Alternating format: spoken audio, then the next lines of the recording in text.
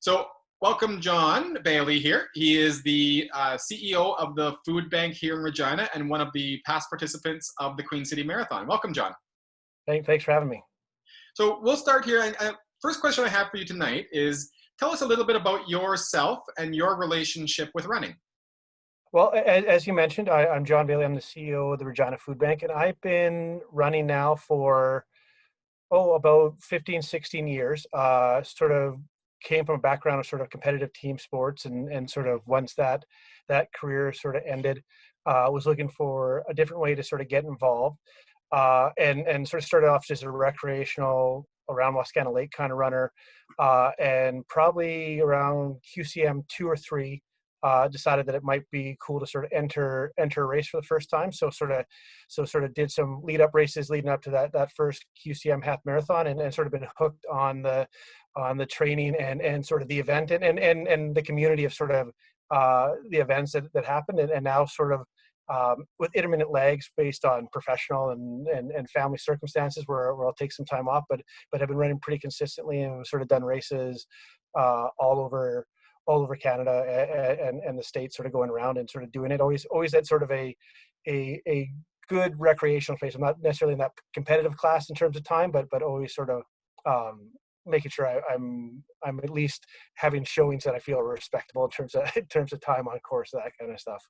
Always really, I always feel the person you're racing is yourself. Never racing the clock, never racing the other people out there. I think I agree. You kind of set your goals, and as long as you meet those, that makes for a successful race. So you talked about you kind of got started a fair number of years ago. Actually, I didn't know that. So that's an interesting, that's been that long. What really got you started back at the beginning, and kind of what's kept you going through the almost 20 years now? Well, I think what got me going at the beginning was really a challenge. Just sort of, it sort of becomes one of the things where I've always been a sort of, and I catch myself saying it just the half or the full, and sort of going, but just the half is sort of like 21 kilometers is not a just kind of thing. Like it's not an easy thing to do. So I think I like that challenge. I like, honestly, especially times when you're a little bit draggy, you have a long day at work, or didn't get a great night's sleep, sort of having something in mind that you're working towards helps you get out and put the kilometers in. And I think that, to me, is really important. Just getting out there and doing it for a lot of reasons, the physical part, but also the mental kind of part of it. I mean, I sort of joke now that I aim for 35 to an hour and 5 minutes of executive time a day. Not quite like the guy down south, but actually getting out and running and sort of clearing my head. And I think it helps both keep me focused at work, but also sort of makes me more present at home too, sort of just giving myself that chance to sort of declutter a little bit, and instead of sort of staying in a rut and sort of staying anchored to a desk all the time. I often feel coming back from my runs, I've had some of my most creative moments. I often find myself running and not trying to grab a drink first thing when I get back home, but actually grabbing a Post-it note and a pen and being like, oh, I got to jot this down, something I thought about in that run. So I completely agree. It's not just a physical piece, but the mental side and a chance to clear your mind is really important in that, both for work and for family. So I do appreciate that a lot. In terms of your kind of running history, you've talked about the half marathon. Are there any more goals that you have set for yourself in the next coming weeks, months, years for running? Is there something you're still looking to achieve? Well, there's a couple of things. I think really short term, it's surviving the Beast Challenge at QCM this year. It won't be my first time. Yeah, it won't be my first time doing one of those multi-day, multi-race events, but it's certainly the most impulsive one I've done to date in terms of signing up for it. But I think that's it. And then for me, I've actually changed focuses a little bit. I sort of, there was a time a few years ago when I was sort of trying to figure out how to get into that sort of competitive stream where you're sort of trying to do Boston qualifiers, trying to figure out that kind of stuff. And to be 100% honest with you, for me, that took some of the joy out of it. It became more task oriented. And again, like, it might be in the cards down the road a little bit, but for right now, it's just about sort of running happy and running healthy for as long as possible. And honestly, I think for me at this point in my life is a little bit more beneficial if I can get over some of those hurdles and get into that sort of Boston range, awesome. But it's less a focus now, and it's more about, like I said, enjoying it for what it is, as opposed to sort of making it a goal for something that it might not be in the cards. No, very, very true. And for the next little while, who knows what events like Boston are even going to look like. So that's a Exactly. kind of a nice thing that it's not something that was right there front and center as the driving force that you kind of go, what do I do now? Where I like that you're doing it more for that personal satisfaction and enjoyment. When you Yeah. look at the last kind of almost 20 years of running, is there any highlights that stand out as some of the proudest moments for yourself? Well, I think there's a couple that sort of stick out, and they're not necessarily about my running, but I think the first time my eldest daughter sort of did the mini marathon was fun, because one, she was going a million miles an hour but not covering much ground, which is always cute, but also managed to get through the whole race without crying, which I know some parents weren't quite as lucky that first time through. And then second to that, actually last year, when she said, "Dad, I don't want you to run with me," was sort of a really cool moment to sort of go that she's actually doing it for herself. And those are sort of the two ones. And I don't like the trend it's set for my other daughter, who's now a year younger, and telling me she doesn't want to run with it anymore. I'm not ready to give it up just yet, but it's one of those moments where you sort of go like, okay, the kids are growing up, and they're hopefully engaging with this in a different way.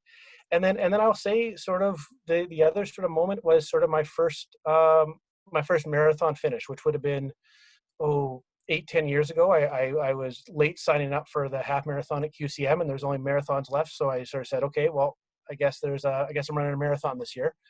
And it was hard. I hit the wall about 36K, and got through, and had great support from other runners who were sort of in the same pace, as I sort of saw my time sort of get away from me a little bit. I think I actually ended up over 4 hours on that one, but it was good because it got through, and it was sort of one of those things where it's like you don't know what you don't know going in, and that's what people kept telling me, and you sort of have the bravado to go like, no, I got this. I've trained right, I can do this, and getting through that first marathon is something, because it's an experience physically and mentally that I actually hadn't even begun to prepare for through anything. Like it is something to get through that 42.1 kilometers. Especially, like I said, when you hit that wall and you sort of go like, you honestly, like, you're running a straight line, and you kind of, you feel lost. You're going like, well, which way am I supposed to go? It was pretty interesting. It was a challenge, but I'm really proud to have gone through it.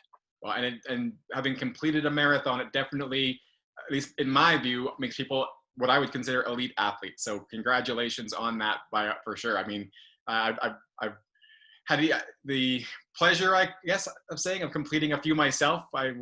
Doing them, I'm much like you. I'm not sure it was a pleasure in the process, Yeah. but you get a chance to look back and know that you've accomplished something that very few people in society have actually done. And one of those things, I think, in society, when you tell someone that you've done it, often they look at you kind of with this glazed look on your face, like, why? Yeah. Why did you do that? But I think that leads your explanation there into kind of my next question. That's about the running community. You talked about in that full marathon, the community of runners around you were able to pick you up and carry you past that wall. Tell us a little bit about the running community that you do run with. I mean, for me, it's a little bit of, I would sort of say, almost a dialectic. Like for me, running and training and putting in the kilometers between races is pretty solitary, and pretty solitary by design. Like that's sort of a little bit of me time. And again, for a lot of reasons. What I love most about the running community, and one of the things, honestly, in the face of the pandemic, that I'm missing, is sort of those sort of like the 10K and 21K friends and 40K friends you have, where you're sort of going like, you see these people twice a year, but you see them every year for 18 years, and you sort of, some you know by name, and some you just know to say hello because you said hello to them one time way back when. Even going through like at QCM, sort of as you go through race package pickup, and the coaches from the training teams, like seeing Pat Ash. Like I'll see Pat Ash 4 times a year, and it's always at races, and it's sort of like that's there's something very neat about that kind of stuff. And there's countless other folks like that you sort of know, and again, sort of, you can talk to you know, and again, even sort of your pacers, who, if you're going for a time, and you get a lot of times in really long conversations with these folks over extended kilometers, and sort of like you have a friend for life, even if you never see him again till the next QCM or the next race. And that's kind of really a cool part. And like I sort of referred to previously, like the support. Like I'll never remember this lady who was sort of running alongside of me, and she was going to finish whenever she's going to finish, and saw me struggling that first time, and sort of talked me through it and encouraged me and did all that kind of stuff. And at the end, I sort of said, like, I'm glad you were there, because I would have stopped, because I was feeling rough. I said, if you can do it, I can do it. And she sort of saying to me, she's like, well, I saw you looking so rough, so I thought, as long as he can do it, I can do it. And you sort of like this mutual support society as you sort of get through this sort of challenge is incredible. And like I said, you don't have to be best friends that you run with every day. You're still part of this really amazing, unique, and some people, like you said, will look at you a little bit askew, and sort of like this crazy community of folks who do this for in their off time for fun, as opposed to for punishment. It's almost closer to family, and which Yeah, I think a lot of us, that's how we live our family. We look at each other like we're crazy, and we do yeah. weird things together. And the running community is very much like that. I think it is very much a family. So I love that feeling. Well, let's wrap up here with what advice you might have for runners out there, either a runner getting started, or a runner who's been doing this for a while, or maybe a runner who's been coming back to running and kind of refinding it during the pandemic here. Any advice that you might want to share? Yeah, I think for the first time runner, I'd sort of say, and it's actually the same for the runner coming back. It's sort of like it it gets easier. Like that first little bit is like it's hard. Like I probably, at the start of the pandemic, with work getting really busy and there's a lot of need, I probably took 2.5 months off when I ran maybe half a dozen times total. And all of a sudden, like, you're struggling to get through 5K, and you're going like, well, what happened to me? And you start thinking like, am I just getting that old? And you sort of go like, no, it's like it takes time, but once you get it, it goes. So like, just know that it gets better. And I guess for people who've run for a long time, like, just enjoy the process. Like if it feels like work, you're not doing it right.